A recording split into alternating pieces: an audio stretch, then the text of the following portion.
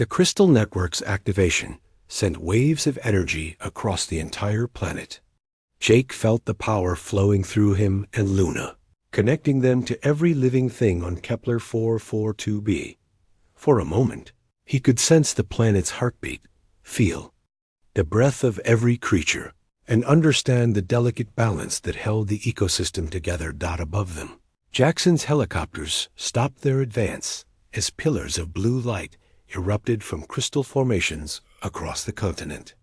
The sacred sites that had been hidden for decades were now blazing like stars against the night sky. What is happening? Commander Jackson's voice crackled over the radio frequencies. Report. What are those lights? Jake and Luna released their hands from the crystal, both of them swaying from the intensity of the experience. Around them, the lycanthrope pack stared in wonder at the transformation taking place. It worked, Elder Sage Moonwhisper whispered. The planet is awake. But their moment of triumph was interrupted by the sound of heavy aircraft approaching.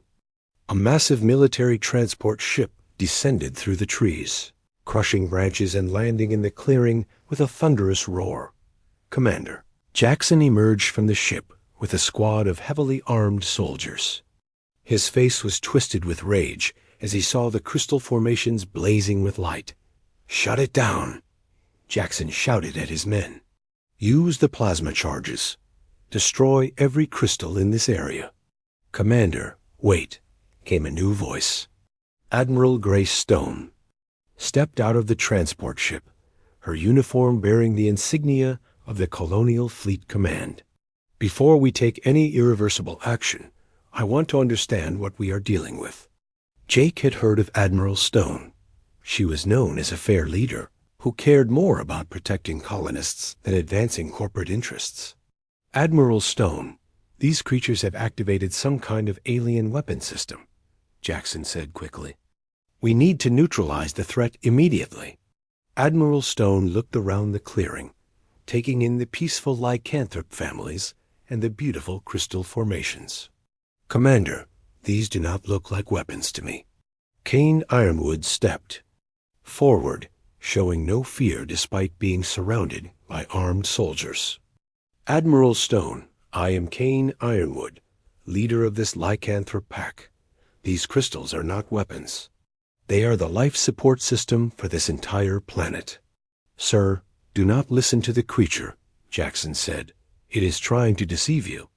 I am not a creature, Kane said with dignity. I am a citizen of this colony, just like you. My people have been living alongside humans for over a century. Admiral Stone studied Kane with interest. You can speak for yourself. You have intelligence, culture, organization. She turned to Jackson. Commander, why was I not informed that the lycanthropes were sentient beings? Because they are not, Jackson insisted. They are dangerous animals that mimic human behavior. My orders come directly from the Colonial Development Corporation. Your orders come from me, Admiral Stone said firmly. And I was never consulted about a campaign to exterminate an intelligent species. Jake stepped forward, still weak from the crystal bonding, but determined to speak. Admiral Stone, I have proof that Commander Jackson has been lying about the lycanthropes and about the real purpose of the mining operations. He handed her the tablet containing Dr. Wong's research. Admiral Stone spent several minutes reading the files, her expression growing more serious with each page. This research shows that lycanthropes have their own society, their own families, their own culture, she said finally. Commander Jackson, why was this information suppressed? Because it interferes with the mining schedule, Jackson replied. Without thinking, the admission hung in the air like a bomb. Even Jackson's own soldiers looked shocked by their commander's callous words. The mining schedule? Admiral Stone repeated slowly.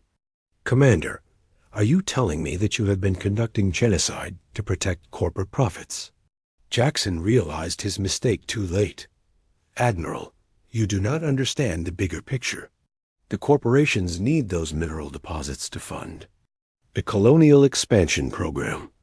At the cost of destroying an entire species? Admiral Stone's voice was ice cold. Suddenly, Dr. Wong emerged from one of the helicopters, accompanied by several other civilian scientists. Admiral Stone, I have additional evidence that you need to see. Dr. Wong approached one of the crystal formations and connected a scanning device to its surface. These crystals are not just decorative. They are biological computers that regulate the planet's atmosphere, weather patterns, and soil chemistry. She showed the scanner readings to Admiral Stone. Without these crystal networks, Kepler 442b will become uninhabitable within 5 years. The mining operations that Commander Jackson is protecting will ultimately destroy the planet that supports them. Admiral Stone stared at the data in amazement. Are you saying that destroying the lycanthropes would lead to the destruction of the entire colony? Exactly, Dr. Wong said. The lycanthropes are not just intelligent beings. They are the guardians of the ecosystem that keeps us all alive. Commander Jackson drew his weapon in desperation. You are all fools. The corporations will not accept this interference with their plans. If you will not eliminate the threat, I will do it myself. He aimed his rifle at the central crystal formation, but Luna moved faster than any human could follow. She knocked the weapon from Jackson's hands before he could fire. Enough violence, Luna said, standing protectively in front of the crystal. There has been too much death already. Jackson's soldiers looked uncertainly between their commander and Admiral Stone. The Admiral's authority clearly outranked Jackson's, but they had been following his orders for months. Admiral, one of the soldiers said, we received confirmation that Commander Jackson was working directly with the mining corporations. Dr. Sam Phillips from the development company has been coordinating the lycanthrope elimination program. Admiral Stone turned to Jake. Mr. Martinez, you started all of this by saving one lycanthrope. What do you think should happen now? Jake looked around the clearing at the lycanthrope families, the concerned scientists, and the confused soldiers. I think we need to start over. Humans and lycanthropes have been living together for over a century. We can do it again, but this time with honesty and cooperation. The corporations will never accept lycanthrope claims to the crystal sites, Jackson said bitterly. Then maybe it is time for new corporations, Admiral Stone replied. Ones that understand the value of sustainable development. She turned to Kane Ironwood. Alpha Kane, on behalf of the Colonial Fleet Command, I formally apologize for the injustices committed against your people. We would like to negotiate a treaty that recognizes lycanthrope territorial rights and establishes a framework for peaceful coexistence. Kane nodded solemnly. We would welcome such negotiations, Admiral Stone. Commander Jackson, Admiral Stone continued, you are relieved of duty and under arrest for conspiracy, genocide, and treason against the colonial government. As Jackson was taken into custody, Jake felt Luna's hand slip into his. The crystal formations continued to pulse with gentle blue light, and he could feel the planet's renewed vitality in the air around them. What happens now? Luna asked. Now we build something better, Jake said. Humans and lycanthropes working together to protect this planet instead of destroying it. Over the following months, the colony was transformed. The Crystal Network sites were declared protected territories under joint human-lycanthrope administration.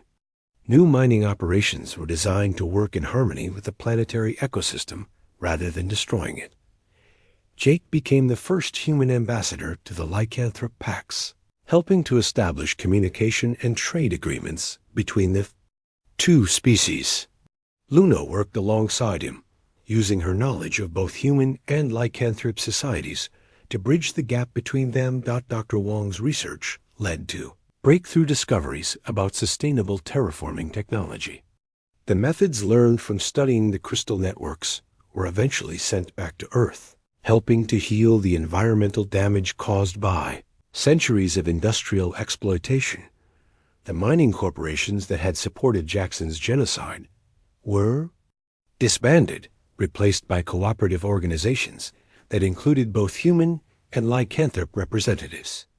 The new approach to planetary development became a model for other colony worlds. Throughout human space, 6 months after the night at the Crystal Site, Jake and Luna stood together on a hill overlooking the first integrated human lycanthrope settlement.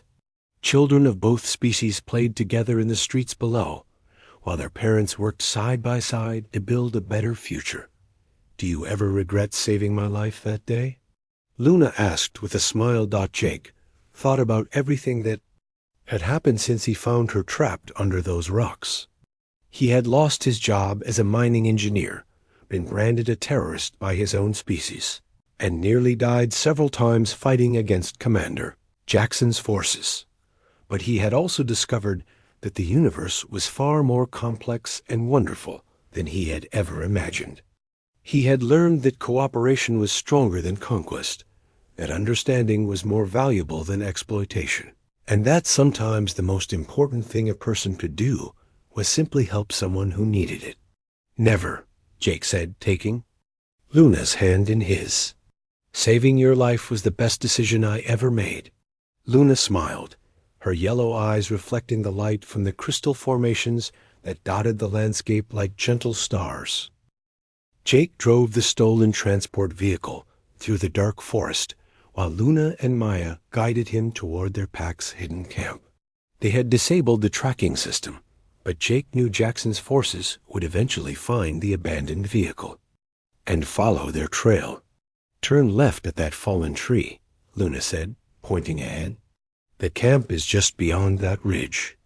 As they approached the lycanthrope settlement, Jake was amazed by what he saw. The camp was not a collection of primitive huts, like the company propaganda had shown. Instead, it was a carefully planned community with well-built shelters that blended perfectly with the natural forest. "Your people built all this?" Jake asked. "We have been living here for over a year," Maya explained. "After Jackson started his hunting campaign, we had to leave our homes in the colony and find somewhere safe. Several lycanthropes emerged from the trees as their vehicle approached. They moved with careful coordination, and Jake realized they had been watching the road for miles. These were not mindless beasts. They were organized and intelligent. A large male lycanthrope with dark fur and silver markings stepped forward. His presence commanded immediate respect from the others, and Jake knew this had to be the pack leader. "Luna, Maya," the leader said, with relief in his voice. "We feared you were captured." "Father, this is Jake Martinez," Luna said. "He saved my life and helped us escape from Jackson's soldiers." The pack leader studied Jake with intelligent golden eyes. "I am Kane Ironwood, alpha of this pack. Luna tells me you risked everything to help my daughters." "I did what anyone should do," Jake said simply. Kane smiled, showing sharp teeth. "You would be surprised how few humans would make that choice. Come, we have much to discuss." Kane led them to the center of the camp, where other lycanthropes had gathered around a large fire. Jake saw families with children, elderly members, and young adults. They looked like any human community, except for their wolf-like features and the way their eyes reflected the firelight. Jake brought proof that Dr. Wong was right about the military's plans. Luna said, showing Kane the research files on the tablet. Kane's expression grew dark as he read the information. "So Jackson is working with the mining corporations. That explains why he has been so determined to eliminate us." "I do not understand," Jake said. "What does your pack have to do with mining operations?" An elderly female lycanthrope stepped forward. Her fur was completely white as she moved with the dignity of great age. "I am Elder Sage Moonwhisper," she said. "Perhaps it is time to tell this human the real truth about our planet." Kane nodded respectfully to the elder. "Jake Martinez, What do you know about Kepler 442b's history? It was discovered by human survey teams 20 years ago, Jake said. The planet was uninhabited, so the colony ships were sent to establish mining operations. That is what your people were told. Sage Moonwhisper said, but it is not the complete truth. The elder gestured for Jake to sit by the fire. Around them, the pack members gathered to listen to a story they all knew by heart. This planet was not empty when humans arrived, Sage Moonwhisper continued. It was the home of an ancient civilization. My people, the original lycanthropes, lived here for thousands of years before your ships came. Jake stared at her in shock. You mean lycanthropes are native to this planet? Some of us, yes, Kane said. The lycanthrope condition can spread to humans through certain circumstances, but the original lycanthropes evolved here naturally. When the first human colony ships arrived, our ancestors tried to make contact, Sage Moonwhisper explained. But the humans were afraid of us. There were misunderstandings, violence. Many died on both sides. Jake felt sick as he began to understand. The company has been lying about everything. Eventually, some humans and lycanthropes learned to live together peacefully, the elder continued. Many humans chose to join our communities and become lycanthropes themselves. Luna's grandmother was one of them. But others, like Jackson, never accepted our presence, Kane added. They see us as obstacles to their plans for this planet. What plans? Jake asked. Sage Moonwhisper stood and walked to the edge of the firelight. Follow me, Jake Martinez. I will show you what Jackson is really trying to protect. The elder led Jake and the others to a path that wound deeper into the forest.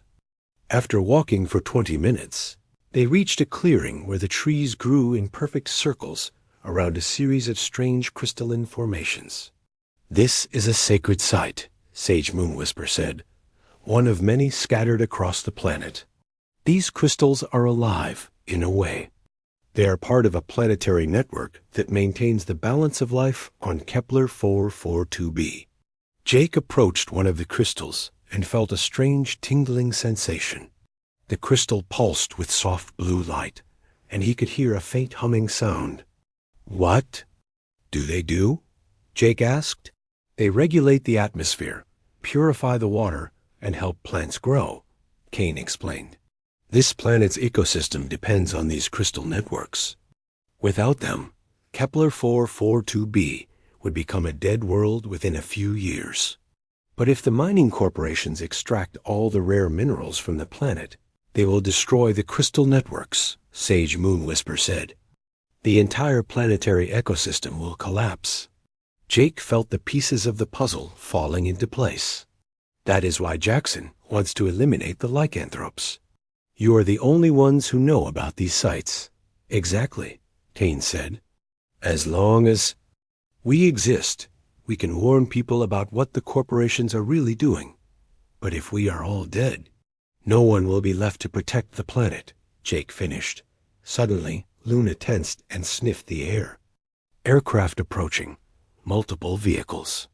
The pack members immediately scattered, moving with practiced efficiency to defensive positions. Jake could now hear the sound of helicopters in the distance, getting closer. Jackson found us, Maya said. Kane turned to Jake. I am sorry you became involved in this, Jake Martinez. But now you know too much for Jackson to let you live. We need to evacuate the camp, Jake said. How long do you need? Our people can be ready to move in 10 minutes, Kane replied. But we cannot abandon this sacred site. If Jackson's forces destroy it, the damage to the planet will be irreversible. Jake thought quickly. What if we could stop Jackson permanently? Not just drive him away, but end his campaign against your people? How? Luna asked. Dr. Wong's research proves that lycanthropes are intelligent beings, Jake said. But we need to prove that you are also the rightful inhabitants of this planet. If we can get the colonial government to recognize your claim to these sacred sites, the government will never listen to us, Kane said bitterly. They see us as animals. But they might listen to humans who support you, Jake said. Dr. Wong is not the only person who knows the truth. There must be others in the colony who would help if they understood what was really happening. Elder Sage Moon Whisper studied Jake with her ancient eyes. You would risk your life again to help us? I am already risking my life, Jake pointed out. And besides, this is not just about lycanthropes anymore. If the crystal networks are destroyed, every human on this planet will suffer too. The sound of helicopters was getting much louder. Jackson's forces would arrive within minutes.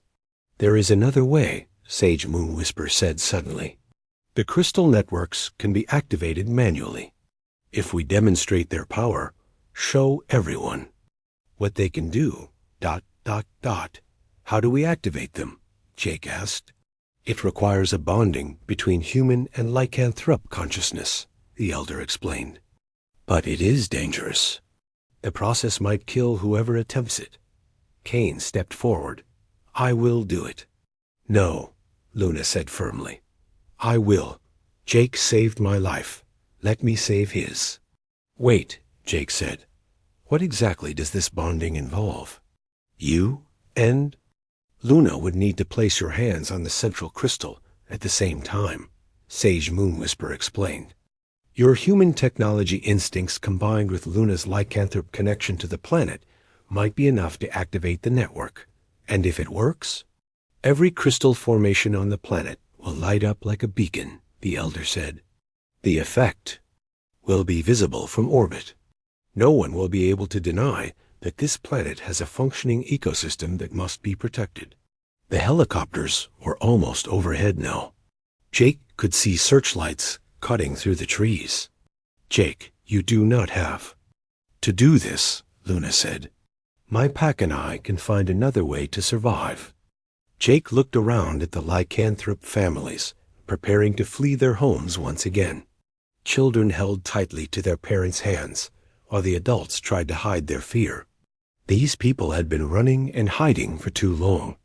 Yes, I do. Have to do this, Jake said. Not just for your pack, but for everyone on this planet. Luna smiled at him with fierce pride. Then let us show Jackson and his corporate masters what happens when humans and lycanthropes work together. As the first helicopter appeared over the tree line, Jake and Luna placed their hands on the central crystal. The humming sound grew louder, and the blue light began to pulse faster. Jake felt Luna's consciousness touching his mind, and together they reached out to awaken the sleeping network that connected all life on Kepler-442b. The crystal erupted in brilliant light, and Jake felt power coursing through his body like electricity. But this was only the beginning. Across the planet, hundreds of other crystal formations were beginning to respond to their call. Jake woke up to the sound of heavy vehicles approaching the abandoned mining station. Through the dusty window, he could see military trucks and armed soldiers setting up a perimeter around the building. This was not just Captain Sullivan's security team anymore. The real military had arrived. Luna, Maya, wake up, Jake whispered urgently. We have company. The two sisters were instantly alert, their enhanced hearing picking up sounds that Jake could barely notice. Luna moved to the window and looked out carefully. That is Commander Pete Jackson, she said with fear in her voice. He is much worse than Sullivan. Jackson believes all lycanthropes should be killed, no matter what. Jake felt his heart sink. Commander Jackson was famous throughout the colony for his hard line against anything non-human. If Jackson was here, it meant the situation had escalated far beyond a simple security matter. Is there another way out of this building? Jake asked. Maya nodded toward the back of the office. There is a maintenance tunnel that leads to the old processing plant, but they probably have that covered too. A loud voice boomed through a speaker outside. Jake Martinez, we know you are in there. Come out with your hands visible and bring the creatures with you. Jake's blood ran cold. They knew his name. His life as a mining engineer was over, no matter what happened next. Mr. Martinez, the voice continued, you have 10 minutes to surrender, or we will come in and take you by force. Luna grabbed Jake's arm. You can still walk away from this. Tell them we forced you to help us. They might believe you. I am not abandoning you now, Jake said firmly. Maya was studying the maintenance tunnel entrance. The tunnel is clear for about 50 meters. Then it opens into the processing plant. From there, we might be able to reach the old transport tubes that connect to the main mining complex. Those tubes have not been used in years, Jake said. They might be blocked or damaged. It is better than surrendering to Jackson, Luna replied. They gathered their few supplies and entered the maintenance tunnel. It was dark and narrow, with barely enough room for them to crawl. Jake's flashlight showed rusted pipes and thick dust that made them all cough dot as they crawled through the tunnel. Jake could hear soldiers entering the office building behind them. Heavy boots stomped across the floor, and men shouted orders to search every room. They reached the processing plant just as the soldiers discovered the tunnel entrance. They went through the maintenance shaft. Someone yelled, "Alert all units!"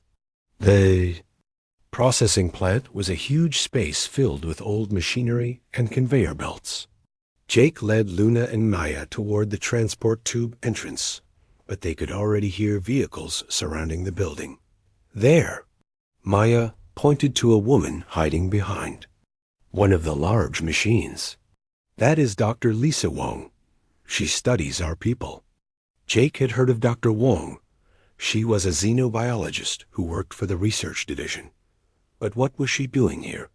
Dr. Wong saw them and quickly approached. Jake Martinez? I have been looking for you. We need to talk. Are you working with Jackson? Jake asked suspiciously. No, Dr. Wong said quickly. I am trying to stop him. Jackson is planning something terrible, and you three are the key to preventing it. Outside, they could hear Commander Jackson's voice again. Seal all exits. I want them taken alive if possible, but do not let them escape. Dr. Wong led them to a hidden panel in the wall. I have been studying lycanthrope society for 2 years, she said as she opened the panel. They are not dangerous animals. They have their own culture, their own laws, their own families. Jackson knows this, but he does not care. The panel opened to reveal a small room with computer equipment and research files. Dr. Wong quickly gathered several data tablets and handed them to Jake. These contain all my research, she said. Proof that lycanthropes are intelligent beings who deserve protection, not extinction. Jackson has been suppressing this information because it does not fit his agenda. What agenda? Luna asked. Jackson wants to declare martial law over the entire colony, Dr. Wong explained. He claims the lycanthrope threat requires military control of all civilian operations. But he is really working for corporate interests that want to strip mine this entire planet without any environmental restrictions. Jake looked at the research files on the tablet. Photos showed lycanthrope families living peacefully in hidden communities. Documents described their complex social structures and their deep knowledge of the planet's ecosystem. This changes everything, Jake said. If people knew the truth. That is exactly what Jackson is afraid of, Dr. Wong said. He has convinced the colonial government that lycanthropes are mindless beasts that attack without warning. But my research proves that is a lie. Suddenly, the sound of cutting equipment came from the main entrance. The soldiers were breaking through the sealed doors. The transport tubes, Maya said urgently. We have to go now. Dr. Wong shook her head. I cannot come with you. If I disappear, Jackson will know someone is working against him. I will stay here and try to delay them. What about your research? Jake asked. You have copies of everything important, Dr. Wong said. Get that. Information to the Colonial Council. Make them see the truth. Jake, Luna, and Maya climbed into the old transport tube as soldiers entered the processing plant. The tube was designed to carry mineral samples between buildings, but it was just big enough for them to crawl through. They moved as quickly as possible through the dark tube. Behind them, they could hear Dr. Wong talking to the soldiers, telling them she had not seen anyone in the processing plant. The tube system was like a maze, with branches leading to different parts of the mining complex. Jake tried to remember the layout from his work with the engineering department. They needed to reach the communications center if they wanted to broadcast Dr. Wong's research to the colony. After crawling for almost an hour, they emerged in the basement of the main administration building. Jake used his security card to access the upper floors, hoping it had not been deactivated yet. "Your card still works," Luna said with surprise as the elevator doors opened. "Jackson probably wants to catch me in person," Jake said. "He is keeping my access active so he can track where I go." They reached the communications center on the 15th floor. Jake's friend Ben Carter was working the night shift, monitoring data transmissions from the mining sites. "Jake," Ben said when he saw them, "everyone is looking for you." "What is going on?" Jake quickly explained everything that had happened.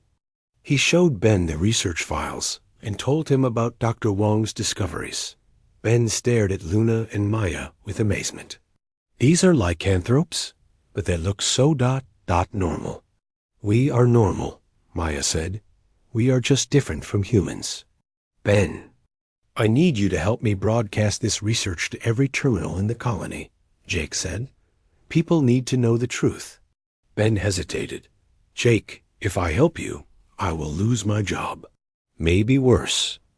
If we do not do this, Jackson is going to kill innocent people," Jake replied. "Including children." Luna stepped forward. "Ben, my pack has families. We have children who play and learn and dream, just like human children. They do not deserve to die because of Jackson's lies." Ben looked at Luna's earnest yellow eyes and made his decision. "What do you need me to do?" Working together, they uploaded Dr. Wong's research to the colony's main communication network. Within minutes, every computer terminal, every communication device, and every public screen in the colony was displaying the truth about lycanthrope society. The reaction was immediate. Jake could see through the windows that people were gathering in the streets, reading the information and talking excitedly. Some looked angry, others looked confused, but many looked ashamed. "It is working," Maya said. "Look at their faces. They are starting to understand." But their victory was short-lived. Commander Jackson's voice came over the building's emergency communication system. "Attention all personnel. Jake Martinez is a terrorist who has compromised our security systems. The information he is broadcasting is fake propaganda designed to help dangerous alien creatures infiltrate our colony. All citizens should ignore these lies and report any lycanthrope sightings immediately." Jake watched the crowds in the street. Some people were walking away from the public screens, choosing to believe Jackson's words instead of the evidence in front of them.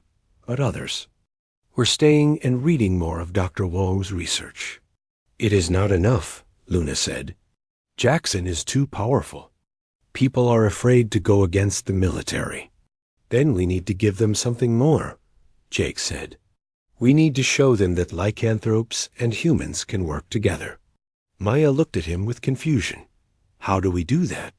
"We find your pack," Jake said, "and we prove that cooperation is possible."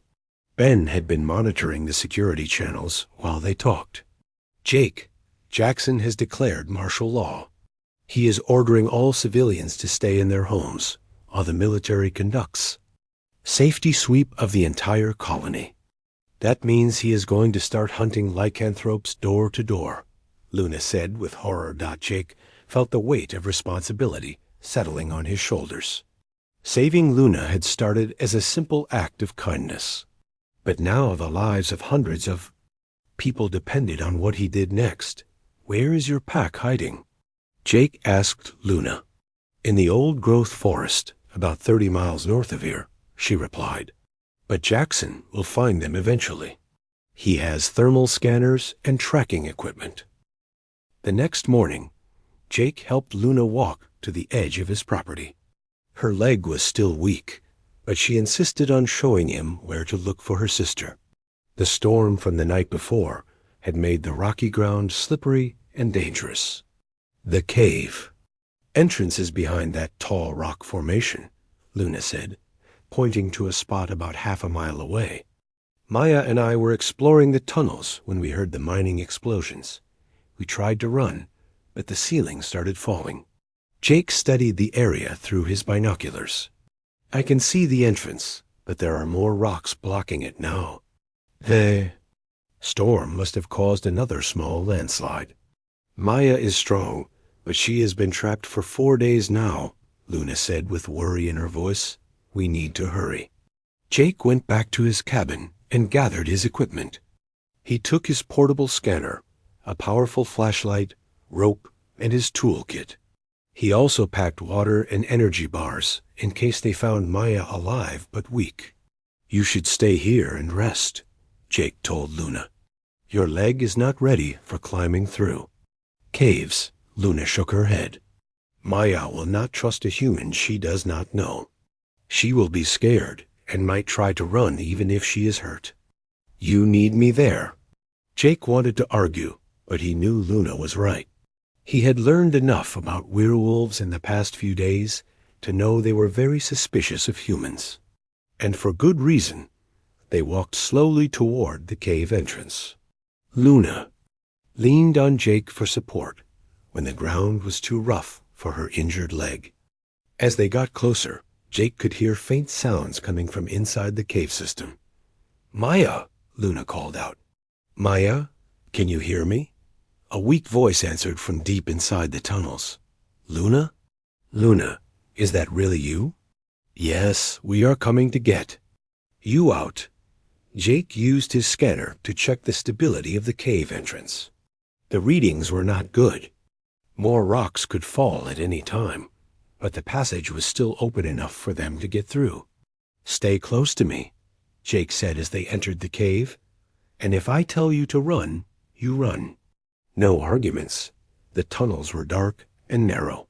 Jake's flashlight cut through the darkness, showing rough stone walls and loose rocks on the floor. Water dripped from the ceiling where the storm had seeped through cracks in the rock. They followed, Maya's voice deeper into the cave system. After 20 minutes of careful walking, they found her trapped in a small chamber. A large boulder had fallen across the entrance, leaving only a small gap at the top. Maya looked like a younger version of Luna, with the same silver fur and yellow eyes. But she was thinner and looked very scared. When she saw Jake, she moved, as far back as she could. Luna, why did you bring a human here? Maya asked in a frightened voice. This is Jake, Luna said. He saved my life. He is here to help us. Jake studied the boulder blocking the entrance. It was too big to move by hand, but he might be able to shift it with his equipment. Maya, are you hurt? Maya looked at Luna before answering. My arm is hurt, and I have not had water for 2 days. Jake passed a water bottle through the gap. Drink this slowly. We are going to get you out of there. He set up his hydraulic jack against the boulder, just like he had done to free Luna. But this rock was much bigger and heavier. The jack strained and made loud creaking noises, but the boulder barely moved. It is too heavy, Jake said. I need to try something else. He looked around the chamber and noticed that the boulder was resting on 2 smaller rocks. If he could move those smaller rocks, the boulder might shift on its own. Luna, I need you to keep talking to Maya, Jake said. Keep her calm while I work. Jake crawled under the boulder and began chipping away at the smaller rocks with his metal tools. It was dangerous work. If the boulder shifted the wrong way, he could be crushed. Sweat dripped into his eyes as he worked in the tight space. "Jake, be careful," Luna said. She was watching the entrance to the cave. "I can hear vehicles outside. The security teams might be looking for us." Jake worked faster. He could hear the sound of engines getting closer. If Captain Sullivan's men found them here, they would all be in serious trouble. The company did not tolerate anyone who helped werewolves. After another 10 minutes of hard work, one of the smaller rocks finally broke free. The boulder shifted slightly, opening the gap just enough for Maya to squeeze through. "Come on, Maya," Luna said. "Hurry." Maya crawled through the opening just as they heard voices echoing from the cave entrance. The security team had found them. "There are tracks leading into this cave," a man's voice said. "Werewolf tracks and human boots." Jake quickly packed his equipment. "We need to find another way out. Is there a back exit to this cave system?" "Yes," Maya whispered. "But it is very narrow and dangerous." "More dangerous than staying here?" Jake asked. Maya shook her head and led them deeper into the caves. They moved as quietly as possible, but Jake's boots still made noise on the rocky floor. Behind them, they could hear the security team entering the tunnels with their own lights and equipment. The back passage was barely wide enough for them to crawl through. Maya went first because she knew the way. Luna followed, and Jake came last. His broad shoulders barely fit through some of the narrow spots. They crawled for what felt like hours. Jake's knees were scraped and bleeding by the time they finally saw daylight ahead. The exit was hidden behind thick bush on the far side of the hill. "We made it," Maya said, breathing heavily, but their relief did not last long. As they climbed out of the cave, they heard the sound of aircraft overhead. Security helicopters were circling the area, and their searchlights were scanning the ground. "They are really serious about finding us," Jake said. "Captain Sullivan does not give up easily," Luna replied. "He has been hunting our pack for months." Jake looked at the two werewolf sisters. Maya was weak from her time trapped in the cave, and Luna was still recovering from her own injuries. They needed a safe place to hide, but Jake's cabin was probably being watched by now. "I know a place," Jake said. "There is an old mining station about 5 miles from here. It was abandoned last year when the mineral deposits ran out. We can hide there until we figure out what to do next." They traveled carefully across the rocky landscape, staying away from the main paths. Jake helped both sisters when the terrain was too difficult for their injured legs. It took them 3 hours to reach the abandoned mining station. The old station was a collection of empty buildings and rusted equipment. Jake led them to the main office building, which still had power from the solar panels on the roof.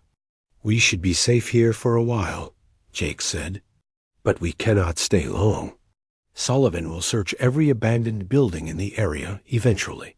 Luna sat down heavily in an old chair. "Jake, you have done so much for us already. You should leave now, before you get into more trouble." "I am already in trouble," Jake said. "If they find out I helped you, I will lose my job at minimum. Probably worse." "Then why do you keep helping us?" Maya asked. She was still very suspicious of Jake, but her voice was more curious now than afraid. Jake thought about the question. "Because it is the right thing to do. Your people are not monsters. You are just trying to survive on your own planet." Luna and Maya looked at each other with surprise. "Our own planet?" Luna said. "This is not your planet?" Jake asked. "No," Maya said. "We came here with the first human colony ships. We have been living alongside humans for over a century. But most humans do not know we exist." Jake stared at them. "You mean werewolves have been living with humans all this time?" "Not just with humans," Luna said. "Some of us are human. The lycanthrope condition can be passed from parents to children, or through certain medical procedures. My grandmother was fully human. This news changed everything Jake thought he knew. The company had told all the workers that werewolves were dangerous alien creatures. But if Luna and Maya were telling the truth, then the security teams were hunting people who had as much right to be here as anyone else. How many of your people are on this planet? Jake asked. Our pack is about 40 members, Luna said. But there are other packs in different regions. Maybe 200 total. And Captain Sullivan is hunting all of you? He says we are dangerous and need to be eliminated for the safety of the colony, Maya said bitterly. But we have never attacked any humans. We just want to be left alone. Jake felt anger building in his chest.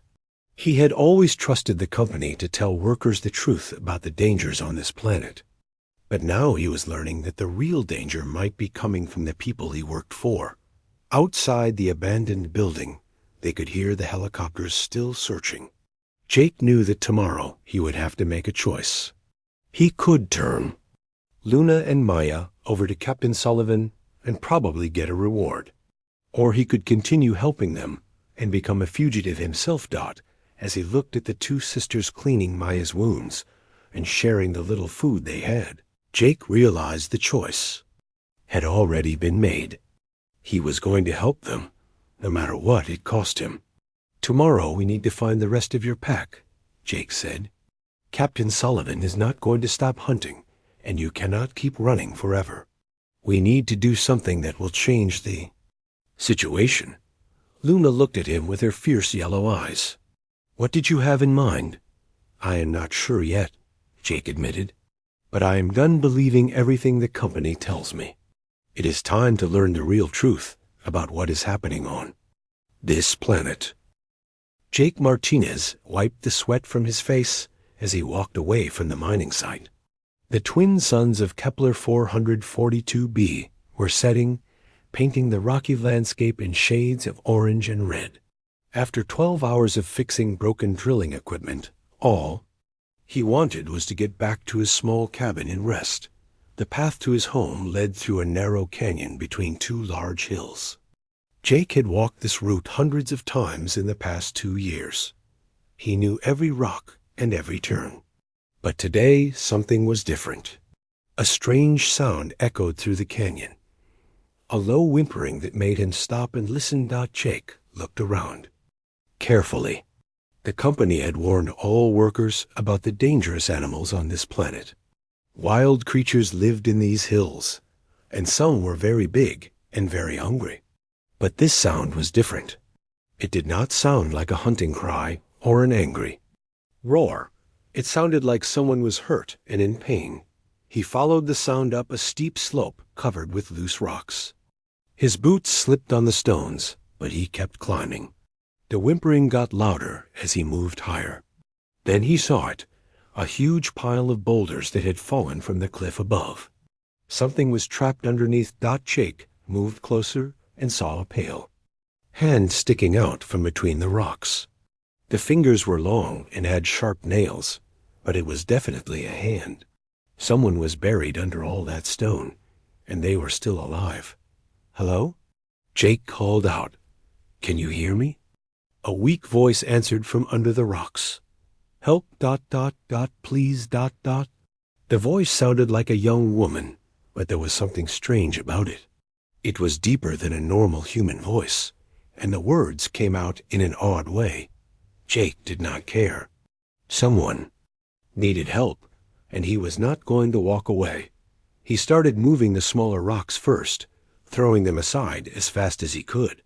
Some of the stones were so heavy that he had to use a metal bar from his tool belt to move them. Sweat poured down his face as he worked. The suns were almost gone now, and soon it would be completely dark. Stay awake, Jake said as he worked. I am going to get you out of there. Why?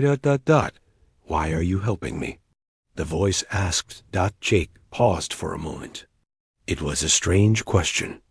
Because you need help, he said simply. After an hour of hard work, Jake had moved enough rocks to see more of the trapped person. What he saw made him step back in surprise. The woman under the rocks was not human. Her skin was covered with fine silver fur, and her face was longer than a human face. Her ears were pointed and sat high on her head like a wolf.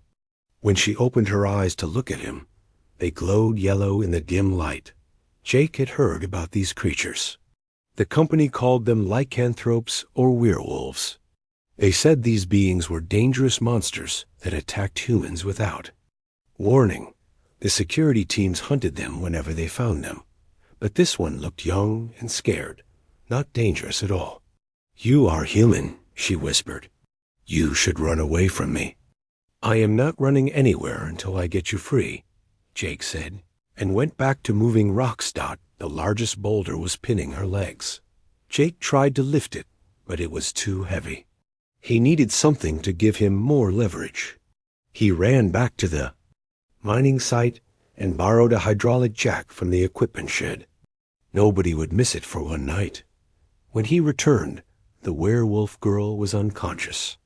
Jake quickly set up the jack and slowly lifted the big rock. As soon as there was enough space, he pulled her free. Her legs were badly hurt, and she was bleeding from several cuts on her arms and face. Jake looked around nervously. He could not take her to the medical center at the mining camp. The doctors would call security, and the security teams would probably shoot her. But she needed help soon, or she would die from her injuries. He made a decision that would change his life forever. Jake picked up the injured werewolf girl and carried her to his cabin. She was lighter than he expected, but her body was all muscle under the soft fur. She did not wake up during the long walk back. Jake's cabin was small but private. It sat away from the main camp, near the old communications tower that nobody used anymore. He laid the unconscious girl on his bed and looked at her wounds. The cuts were deep, and her left leg was definitely broken. Using his basic medical training and the first aid supplies from his emergency kit, Jake cleaned her wounds and bandaged them as best he could. He used metal strips from spare equipment to make a splint for her broken leg. All the while, he wondered if he was making a huge mistake. The werewolf girl slept for 3 days. Jake checked on her every few hours, giving her water and changing her bandages. He told his supervisor that he was sick and could not come to work. On the 3rd morning, when Jake brought her some soup, he found her yellow eyes watching him. "You saved my life," she said quietly. "I could not just leave you there," Jake replied. She tried to sit up, but winced in pain. "My name is Luna Blackwood." "What is yours?" "Jake Martinez." Luna looked around the small cabin. "Why did you bring me here?" "Your people hunt mine. They shoot. You's on sight." Jake set the soup bowl on the small table next to the bed. "Not all humans are the same. Just like not all werewolves are the same, I guess." Luna studied his face for a long moment. "You are right about that. But now you are in danger. Because of me. If your security people find me here, they will punish you too." "Let me worry about that," Jake said. "Right now, you need to get better." "I need to find my sister," Luna said suddenly. "Maya was with me when the rocks fell. She might still be trapped in the cave system behind where you found me." Jake felt his stomach drop. There might be another person buried somewhere in those tunnels, and he had not even looked for her. "Why did you not tell me this before?" "I was unconscious for 3 days," Luna pointed out, "and I was not sure if I could trust you. Do you trust me now?" Luna was quiet for a moment. "You risked everything to save someone you do not even know. Someone your own people consider an enemy." "Yes, Jake Martinez, I trust you." Outside the cabin, the wind was picking up. Storm clouds were gathering over the mountains, and Jake could hear the distant sound of security vehicles on patrol. Somewhere out there, a young werewolf girl named Maya might be trapped and running out of time.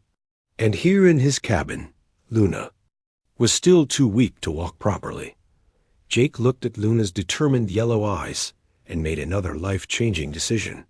Tell me where to look for your sister. We are going to find her. Luna smiled for the first time since he had met her. It was a fierce, wild smile that showed her sharp teeth. I was hoping you would say that.